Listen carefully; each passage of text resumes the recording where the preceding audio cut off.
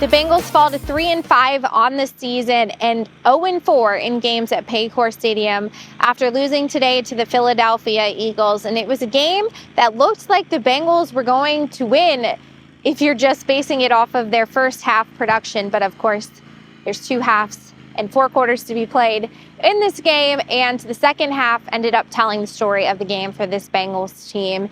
And my main takeaways are 2 things. And we'll get into, as the week goes on, what really happened for the Bengals to lose this game to a team that they could have beaten.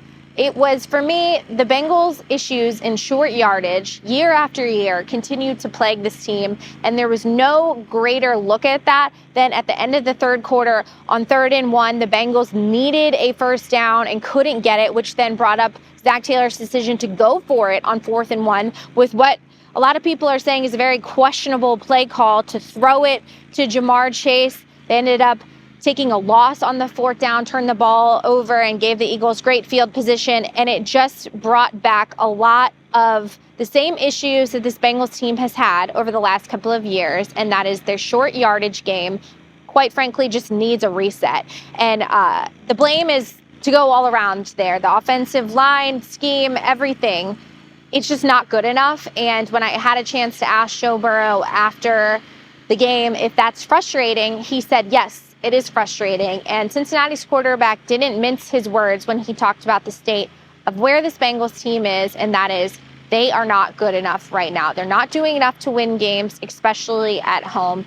And this has kind of been the theme of the Bengals season, is there's flashes of what they can be, but they haven't been able to put it all together. And just far too often, they've been too inconsistent. And the Bengals not having more than 60 rushing yards today, I think, is something that is a major issue for this team. And yes, with Joe Burrow and Jamar Chase and T. Higgins and the receivers that they have, the run game is never going to be a focal point of Zach Taylor's offense. But it has got to be better than what it is. And it's the same thing every year with this team as far as the run game. So we will see where they go from here. But Joe Burrow really said for the first time, we've got to be able to run the ball to win some of these games. And they weren't able to do that. On the defensive side of the ball, it continues to be the same trend. And that is the Bengals' lack of a pass rush is costing them so much, just not enough today. Jalen Hurts wasn't even sacked, and there was no greater play that showed how much the Bengals pass rush is struggling than when Hurts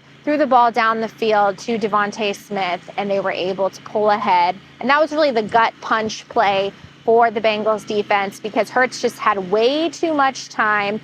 And at some point, the Bengals have got to figure out if they're going to be able to get anything out of guys like Myles Murphy, Chris Jenkins, Sheldon Rankins. Trey Hendrickson didn't have his best performance today, but he has been able to carry this defense on his back, and the rest of the team just hasn't been able to play up to his level.